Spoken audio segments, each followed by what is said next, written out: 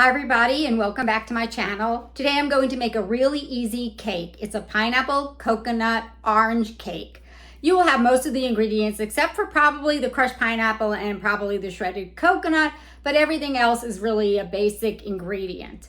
Now that we're heading out into the fall and people are going to be eating mostly pecan pies, pumpkin pies, cobblers, apple pie, this is going to be the last hurrah for the summer. I think it'll be a really nice foray into the fall, make a little bit of a transition, and we'll get started by greasing and flouring a 9 by 9 inch pan, setting your oven to 350 degrees. You will also need a hand mixer for some mixing and a spatula that I use for folding in some of the ingredients.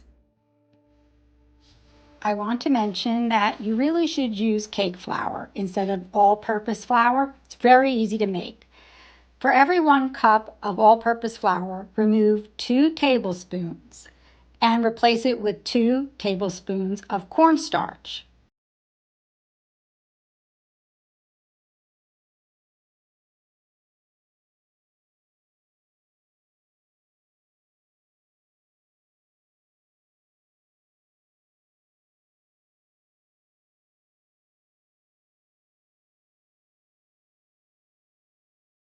Now I'm going to sift it. I'm just going to use a regular strainer that I had in my cupboard.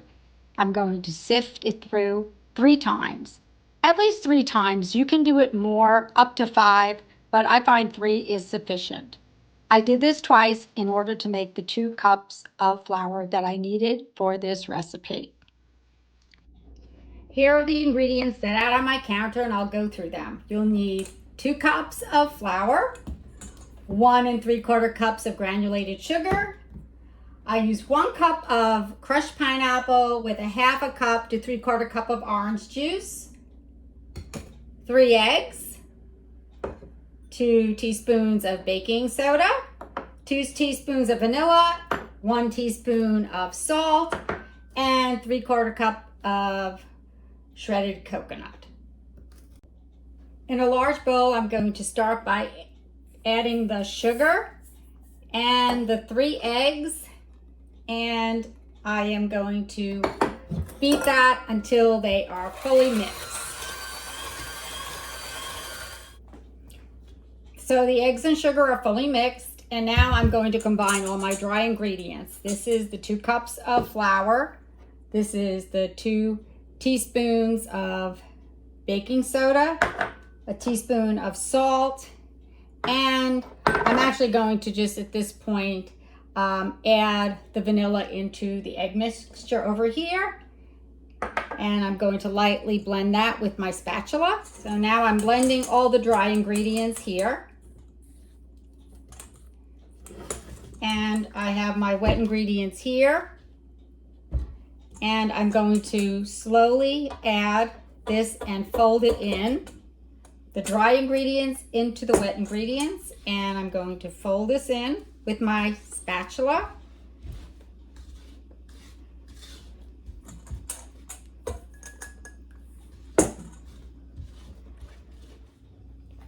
So now it's all mixed. Don't over mix it, just make sure it's combined. And now I'm going to add the pineapple. If you find you think that it's too thick or stiff, you can just add a little bit more orange juice, which is perfectly okay. Just add a little bit at a time, but as you can see, the pineapple and the juice combined is plenty with the 1/2 cup that I've used. It's your decision. The last thing I'm going to do is add the coconut, which is 3/4 cup of coconut. I'm just going to lightly, again, blend this in so it's all mixed together. I have my 9 by 9 inch floured cake pan ready to go. I'm just going to pour this into the pan.